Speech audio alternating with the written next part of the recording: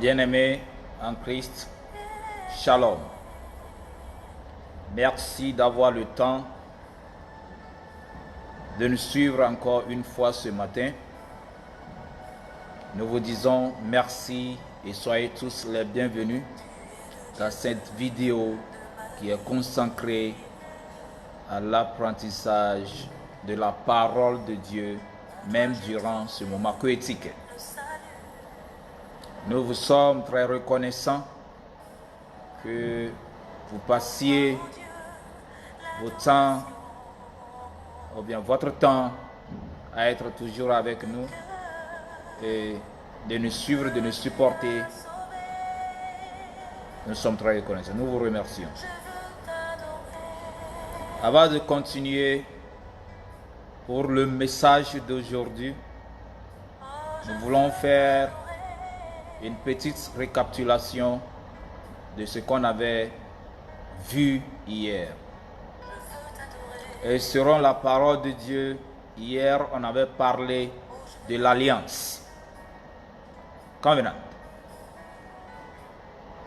So before we continue on today's study or learning, we want to do a bit of recapitulation on what we thought we spoke about yesterday. And as according to the Word of God, yesterday we had a look at covenant. Et on avait dit que le mot alliance couramment est utilisé dans des contextes juridiques, sociaux, religieux et théologiques. Et selon la définition du mot alliance par le dictionnaire, on avait vu que c'est un accord de faire ou de ne pas faire une chose en particulier qui est un accord contraignant deux ou plusieurs personnes, plusieurs parties à se mettre sous un contrat, ou bien sous des promesses. So yesterday we saw that covenant, according to dictionary, is commonly used in the legal, social, religious, and theological context. We say that it's an agreement to do or not to do a particular thing, and it's presupposed that it should be between two or more parties. Mais selon la Bible, l'alliance est un mot d'origine latine qui est convenire, ce qui signifie se réunir ou bien venir ensemble. Donc, ça veut dire que l'alliance, ce sont deux ou plusieurs parties de se réunir. Et on avait vu que Dieu était en alliance avec nous. Donc il a dit selon sa parole que voici j'établis mon alliance avec vous et avec votre postérité après vous. Voici j'établis mon alliance avec vous et avec votre postérité après vous. Comme on avait défini, il y a plusieurs genres d'alliances. Mais ici, on parle d'alliance religieuse, qui est l'alliance que Dieu a fait avec son peuple, ou à son peuple. Et Dieu, dans son alliance, a dit, voici, j'établis mon alliance avec vous et avec votre postérité après vous. And behold, I establish my covenant with you and with your seed after you. Donc alors, quelle était l'alliance de Dieu? Car Dieu lui-même a dit, je ne te délaisserai point et je ne t'abandonnerai point. Donc c'était ça l'alliance de Dieu. That, behold, as God has said himself, never will I leave you nor forsake you.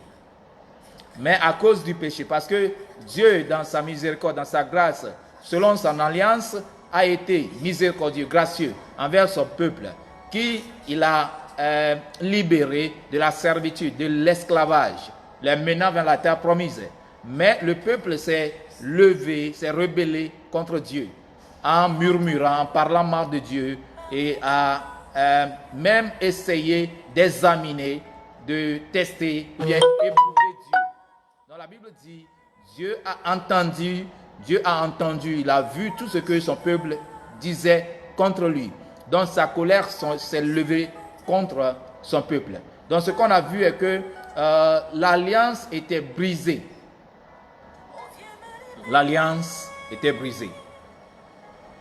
Parce que même sur le désert, la Bible a dit, Dieu a fendu la mer pour céder la place à son peuple de pouvoir y passer. Il a fourni, même sur le désert, on sait qu'il n'y a pas d'eau, mais Dieu a fourni de l'eau potable pour son peuple, afin qu'il puisse boire, manger. Mais en dehors de tout ça, la Bible dit, le peuple s'est rebellé contre Dieu. Alors, la colère de Dieu s'est levée contre son peuple. Donc, l'alliance a été brisée. C'est comme un père et son fils qui se sont assis sous un accord. Que mon fils, je veux que tu fasses ceci. Et je vais te supporter de toute manière. Et tout d'un coup, le fils a accepté de le faire. Et durant le trajet, il a changé d'avis. Il a brisé l'alliance. Qu'est-ce qui va se passer? Peut-être le père ne serait plus en mesure de donner ses supports qu'il devait donner quand il y avait en compta l'alliance, ou bien l'accord. Donc, pour pouvoir amener le père à pouvoir supporter encore son enfant, il doit y avoir une réconciliation. Une réconciliation.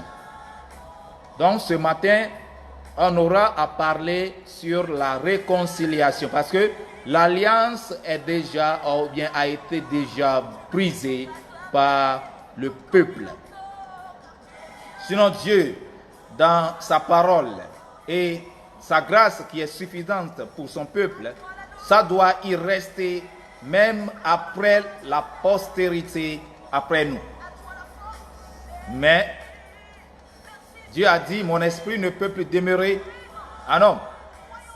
Et je vais vous dire que c'est par un homme que le péché est rentré dans l'humanité, dans le monde tout entier. Et l'homme continue à se rebeller contre Dieu. So, this morning, we are going to talk about reconciliation. Once the covenant has been broken, there should be another way. So I was given a scenario that if a father and his son have sat to do a discussion, to have an agreement, for the father to support this son of doing something, and at a point in time, the child decides not to to go by the agreements, that means there will be no more support from the father, because there has been a breaking of the agreements. And before the father will come back in support or to support, there should be a reconciliation. There's a need for us to talk about reconciliation this morning. So, nous avons à parler de la réconciliation. Donc, on aurait à dire, qu'est-ce que c'est la réconciliation? Selon le dictionnaire, la réconciliation, c'est le rétablissement des relations amicales. Le rétablissement des relations amicales. So, according to the dictionary, reconciliation is the restoration or the re-establishment of friendly relations. So, there was a relation, or there were relations between man and man and God. But because the covenant has been broken, this relationship have also been broken. So there should be a restoration, a re-establishment, which is through reconciliation, to bring this friendly relations together again. Donc, comme l'alliance a été brisée, tout ce qui pouvait réunir, amener encore ces relations amicales, c'est par la réconciliation. Mais selon la Bible, qu'est-ce que la Bible dit sur le mot réconciliation? Tout d'abord, le mot réconciliation vient du mot de famille grec, qui est à sa racine en alasso, qui signifie changement, donc un changement. Réconciliation, c'est deux mots de famille grec. Ça veut dire c'est d'un mot grec qui est alasso, qui signifie un changement. Donc selon la Bible, l'alliance et la réconciliation, c'est d'avoir un changement. C'est de renouveler quelque chose. Donc la réconciliation implique un changement dans la relation entre Dieu et l'homme et l'homme et l'homme. Que la réconciliation, c'est un changement, une nouveauté. Donc, la réconciliation implique un changement, une renouveauté de la relation de Dieu entre Dieu et l'homme entre l'homme. So according to the Bible, reconciliation comes from the Greek family word that has its roots in alasso, meaning a change or an exchange. And this reconciliation involves a change in the relationship between God and man a man. Hallelujah. The reconciliation. Because it has been a desire of God for his people to be his people.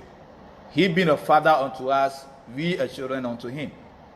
Parce que ça a été toujours le désir du Père pour nous d'être ses enfants et lui notre Père. Donc comme l'alliance a été brisée, il doit y avoir une réconciliation. Et selon la réconciliation, c'est un changement de la relation entre Dieu et l'humanité elle-même, l'homme et l'homme. Donc, pourquoi ce changement? À cause de ce changement, de cette relation, nous sommes devenus de nouvelles créatures. Une fois nous avons été rebellés contre le Seigneur, nous sommes perdus.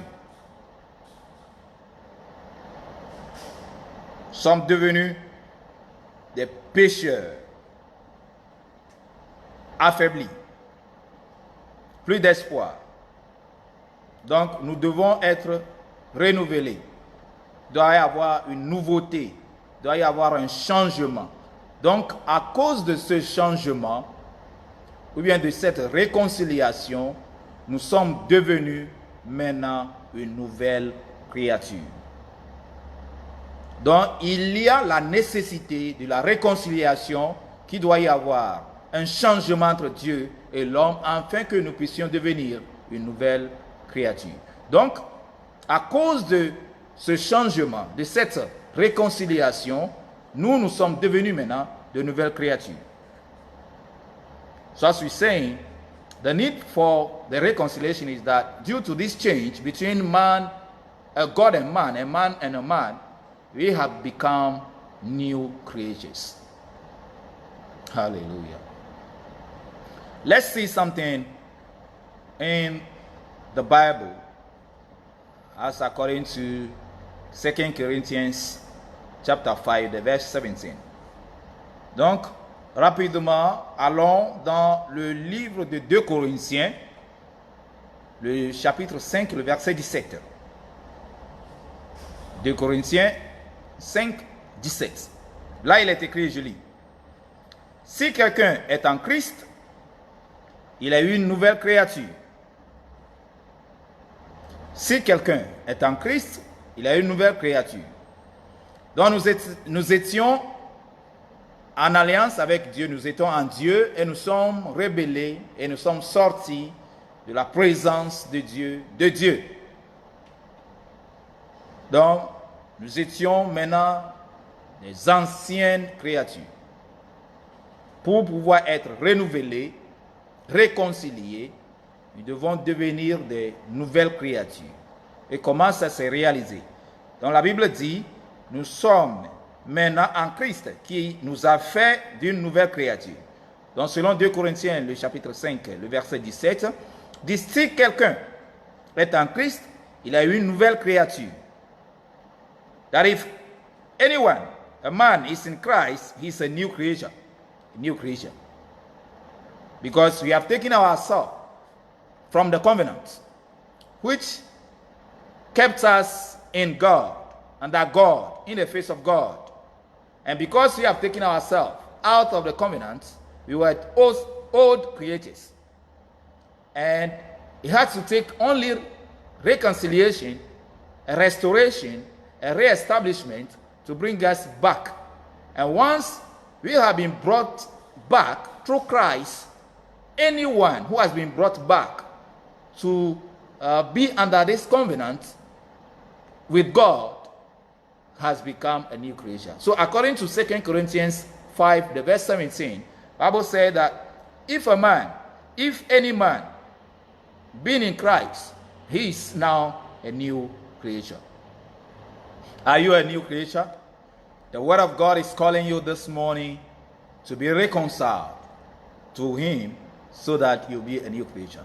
Donc la parole de Dieu ce matin nous fait appel de pouvoir nous réconcilier à Dieu à travers le Fils Jésus-Christ pour être une nouvelle créature. Et la Bible continue. Des choses anciennes, donc de l'alliance qui a été brisée, nous étions alors des anciennes créatures. Donc les choses anciennes sont passées. Voici toutes choses sont devenues nouvelles. Alléluia. 2 Corinthiens 5, 17. Les choses anciennes sont passées. Voici toutes choses sont devenues nouvelles. Donc je prends le verset tout entier. Si quelqu'un est en Christ, il est une nouvelle créature. Les choses anciennes sont passées. Voici toutes choses sont devenues nouvelles. La parole de Dieu. If anyone is in Christ, he's now a new creature. All things are passed away. Behold, all things are become new. Behold, all things are become new. So, it takes only the reconciliation to make us new, so that we can abide under the covenant of God.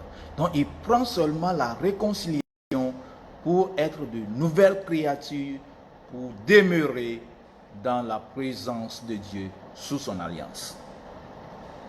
Donc, on aura posé la question, pourquoi la réconciliation? Comme je l'ai déjà souligné, parce que sans la réconciliation, une fois nous sommes rebellés contre Dieu, nous sommes devenus des pécheurs, impuissants, faibles, misérables et sous la colère de Dieu. Parce que la Bible dit en Psaume 78 que quand Dieu a entendu tout ce que son peuple disait, sa colère s'est levée contre son peuple. Donc, nous étions sous la colère de Dieu. Pas seulement étions-nous faibles, impuissants, misérables et autres, mais nous étions aussi également sous la colère de Dieu. Donc il y a la nécessité d'une réconciliation, d'un rétablissement, afin que nous puissions devenir une nouvelle créature de sortie de la colère de Dieu.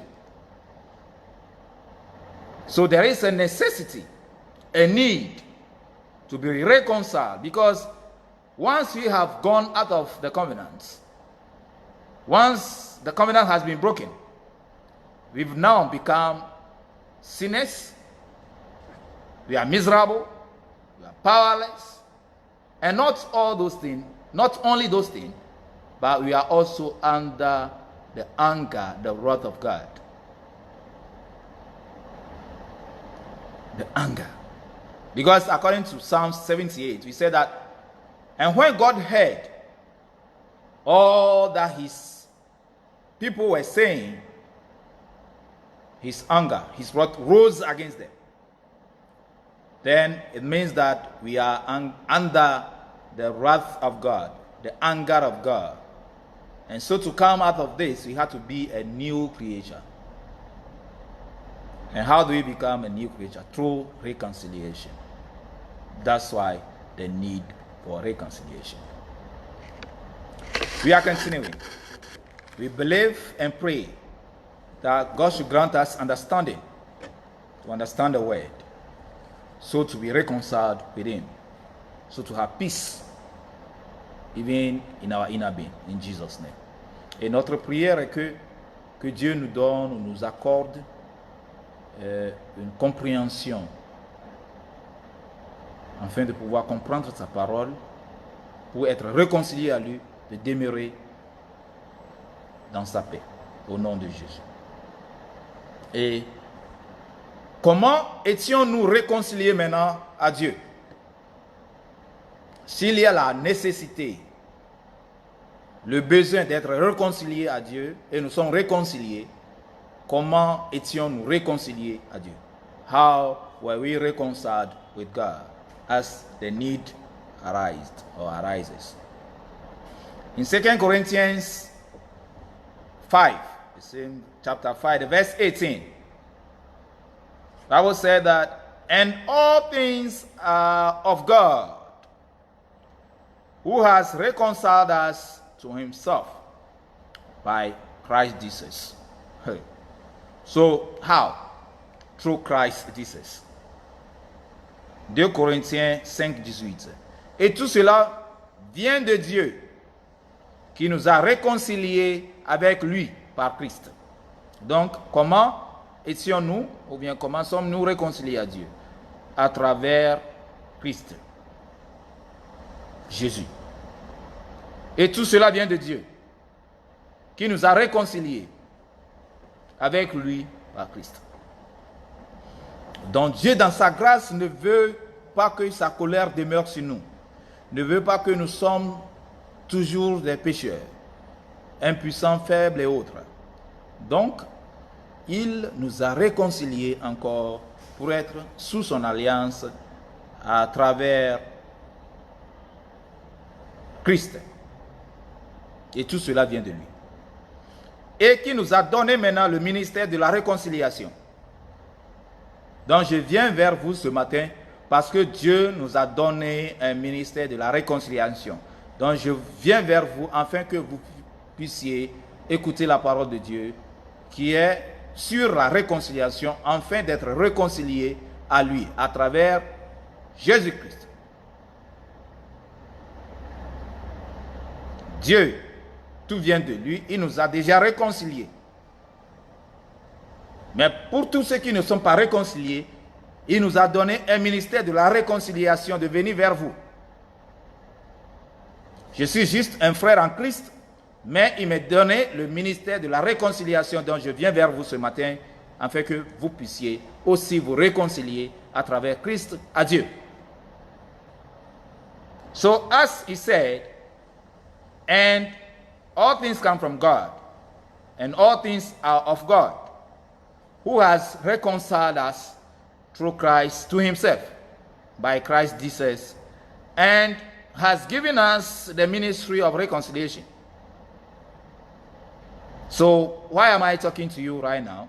It's not because I have the privilege, but God has given us the ministry of reconciliation. I'm just a brother in Christ, but the ministry of reconciliation has been given. God has already reconciled us. But those who are not reconciled, or those who have forgotten about the reconciliation, the ministry of reconciliation has been given to some of us to come your way as you can see it, so that you can be reconciled with God and dwell in his peace under his covenant. And how was the reconciliation being done. The Bible said that it is through Christ that we are being reconciled, or God reconciled us to himself. How? Comment ça ou bien cela s'est effectué? Comment cela a été effectué? Afin que Dieu puisse réconcilier à lui-même à travers Christ. La réconciliation a eu lieu tout d'abord sur la croix, à travers la mort de Jésus-Christ. Donc nous sommes réconciliés à travers la mort de Jésus-Christ. Comment? Quand Jésus s'est donné sur la croix. Donc la réconciliation a eu lieu sur la croix à travers la mort de Jésus-Christ. Et comment? Et c'est par l'aspersion du sang de Jésus-Christ que nous sommes réconciliés à Dieu.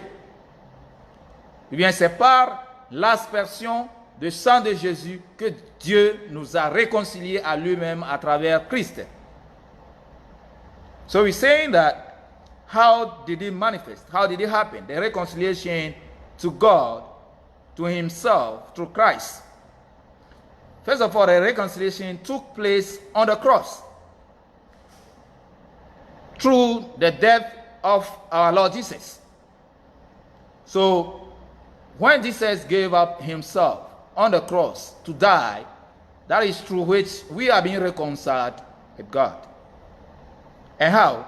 By the shedding of his blood. So the shedding of the blood of Jesus Christ on the cross has been the means through which God has reconciled us to himself. Le sang aspergé. Donc c'est à travers le sang aspergé de Jésus-Christ sur la croix que nous sommes réconciliés à Dieu. Bien que Dieu nous a réconciliés à lui-même par le sang aspergé de Jésus-Christ, ou bien l'aspersion du sang de Jésus-Christ. Et une fois nous sommes réconciliés à Dieu, ou bien Dieu nous a réconciliés à lui-même, nos offenses, nos transgressions ne sont plus imputées. C'est-à-dire, ne sont plus comptées. That once you have been reconciled with God through the shedding of the blood of Jesus Christ, through his death on the cross, there is no charges against us in terms of our offenses or our transgressions. So brother, so sister, whatever you are, all that you have to do is to accept the Lord Jesus Christ as your Lord and Savior, to be reconciled to God. The Bible said that God has reconciled us to himself through Christ. Or we have been reconciled with God through Christ, who gave his life on the cross for our life. And because of that, our transgressions, our offenses, no more charges. So it takes you to accept the Lord Jesus as your Lord and Savior, to be reconciled. So the word of God this morning is appealing, calling you, it's a call out that you should, or you can be reconciled with God. Are you ready? Now, parce que nous sommes maintenant réconciliés à Dieu à travers Jésus-Christ qui s'est donné sur la croix et son sang qui a été aspergé, nous pouvons nous glorifier maintenant en Dieu. Donc nous nous glorifions en Dieu parce que nous sommes réconciliés à lui à travers le Fils Jésus-Christ qui s'est donné sur la croix, et par son sang aspergé, nous nous glorifions. So we can glorify ourselves in God because we have been reconciled with God through Jesus, who gave his life on the cross, died for us, for our transgressions, to be no more impute on him, to have no more charges against us. Dans la Bible, nous allons lire, selon la parole de Dieu, du livre de Romains, le chapitre 5. Romains, le chapitre 5, le verset 11. Et non seulement cela, mais encore nous nous glorifions en Dieu par notre Seigneur Jésus-Christ. Donc nous nous glorifions en Dieu parce que nous sommes réconciliés à lui à travers notre Seigneur Jésus-Christ. Romains 5, le verset 11. Et non seulement cela, pas seulement que maintenant nous sommes libres, pas seulement que nos transgressions, nos offenses sont pardonnées, pas seulement que nous sommes rachetés, mais encore nous nous glorifions en Dieu par notre Seigneur Jésus-Christ, par qui maintenant nous avons obtenu la réconciliation. Donc, notre gloire en Dieu est à travers notre Seigneur Jésus-Christ, par qui nous avons eu la réconciliation avec Dieu. So, not only we have been saved, we are freed, no charges against us of our offenses or our transgressions. Not only that, we have now been renewed and been rendered powerful. And not only so, but we also joy in God through our Lord Jesus Christ, by whom we've now received the atonement. Reconciliation.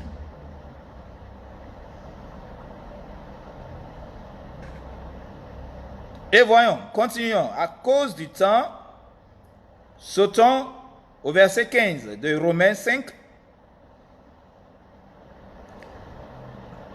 Mais il n'en est point, mais il n'en est pas du don gratuit comme de l'offense.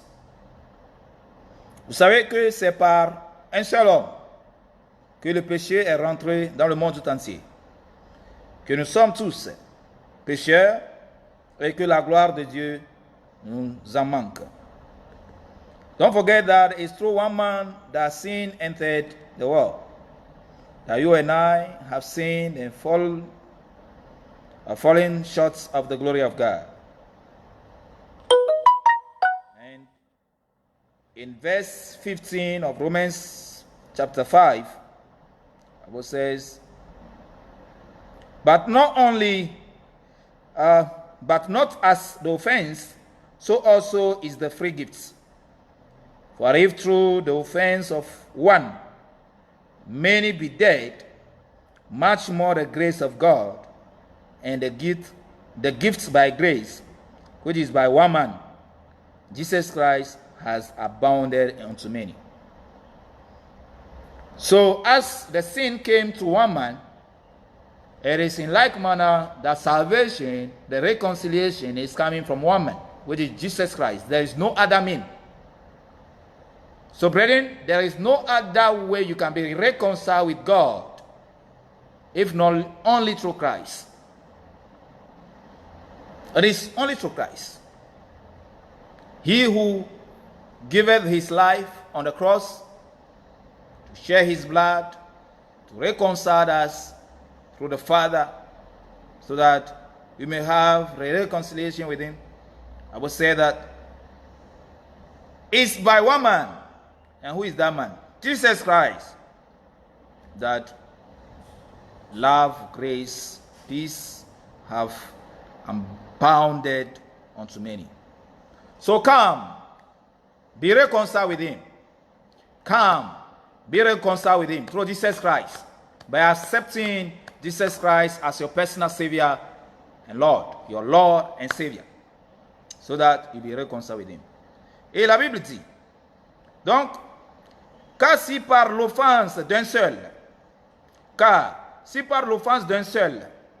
il en est beaucoup qui sont morts, à plus forte raison la grâce de Dieu et le don de la grâce venant d'un seul homme. Donc, ça veut dire qu'on ne peut jamais être réconcilié à Dieu par une autre personne. C'est pas seulement un seul homme. Et qui est cet homme? Jésus-Christ. Donc la réconciliation est seulement en Jésus-Christ. Il n'y a pas d'autre. c'est par un seul homme, le péché est rentré dans le monde entier. Et c'est par un seul homme qu'il y aura la réconciliation et qu'il y a la réconciliation avec Dieu. Et c'est par le Fils Jésus-Christ. Ont-ils été abondamment répandus sur beaucoup. Donc venez à Jésus-Christ. Venez réconcilier à Dieu à travers Jésus-Christ. En acceptant Jésus-Christ comme votre Sauveur et Seigneur personnel. Que Dieu vous bénisse n'importe où vous êtes à l'heure précise. En nous écoutant. Dieu vous appelle à vous réconcilier à lui ce matin. Si même vous êtes déjà dans la réconciliation, n'oubliez pas. Continuez à demeurer dans la présence de notre Seigneur Jésus-Christ afin de pouvoir être abondé dans sa grâce, dans sa miséricorde et dans sa paix. So the word of God is calling you this morning to be reconciled to God through Jesus Christ, who is the only person through which or through whom we are being reconciled to God. There is no other way. There is no other person through Jesus Christ. That love, peace, grace, mercy shall abound unto you, and is abounded unto many. So come, not only to us, not only to me, not only to my family, not only to my nation, but to all of us, to many. So you are part. Come, join. Venez joindre, parce que c'est à plusieurs, à beaucoup, pas seulement à ma famille, pas seulement à mon pays, pas seulement à moi, mais à beaucoup. Donc, faites-vous part. Pour finir, voyons selon... Aujourd'hui, on n'aura pas parlé de la portion du sang, le sang qui a été versé. Today we will not talk about the blood, how we have been reconciled. Say that it's through Christ who gave his life on the cross, and how by shedding his blood. Today we may not talk about the shedding of the blood. God willing, tomorrow we will deal with that. So all that we are establishing is that once the covenant has been broken, that we have become an old creature, God is reconciling us to himself through Jesus Christ to be a new creature. So the Bible said that anyone who is in Christ has become a new creature. And it's through that we'll be reconciled to be saved, so that our transgressions will no more be charged against us. Donc tout ce que nous sommes en train d'établir ce matin est que une fois l'alliance a été brisée, nous sommes devenus des anciennes créatures.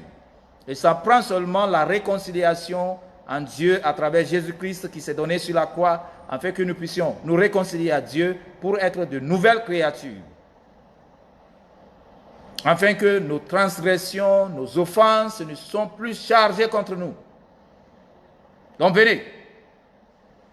Donc aujourd'hui on n'aura pas à parler du sang qui a été versé pour ôter nos offenses. Mais si prête à Dieu, demain on aura à parler de ça.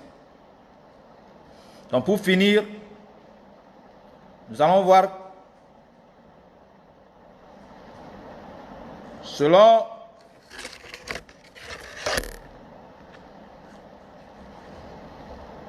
le verset 18.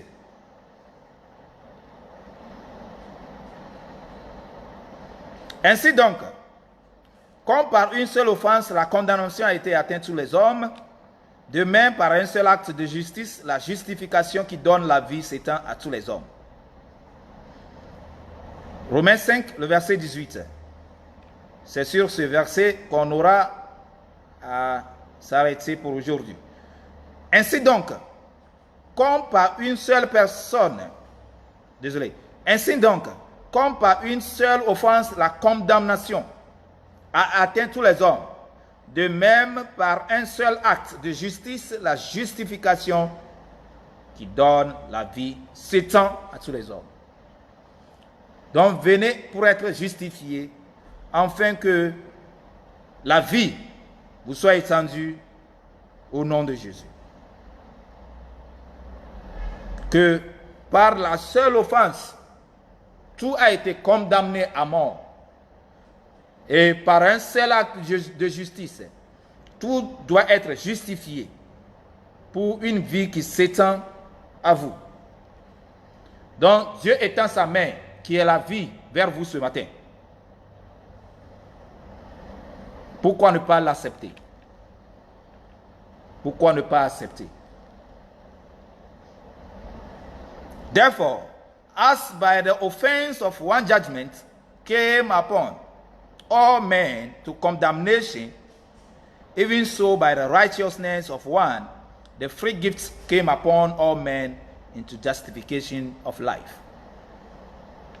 So by one man, by one offense, condemnation to all through judgment. And through the acts of one righteousness, the free gift is coming upon you. What is justification of life? Giving of life. Why not accept this life? Why not accept to be justified, to have life and have it abundantly? So the Bible said that I have come so that you may have life and have it abundantly. Je suis venu afin que vous puissiez vivre et vivre abondamment, avoir une vie en abondance. Que Dieu vous bénisse ce matin, que à l'écoute de sa voix, vous n'aurez pas endurci votre cœur. Vous avez une compréhension déjà. Donc tout ce que vous avez à faire, c'est d'accepter l'appel de Dieu ce matin. Thank God that you are not going to harden your hearts as you have listened to his voice. But all that you have to do is to accept him. He's tending of hand to you this morning to have life and have it abundantly. So wherever you are, if you already belong to the body of Christ, keep your fire burning. Let the flame stand. Continue to dwell in the presence of the Most High God. Continue to be reconciled with him, to live under his covenant.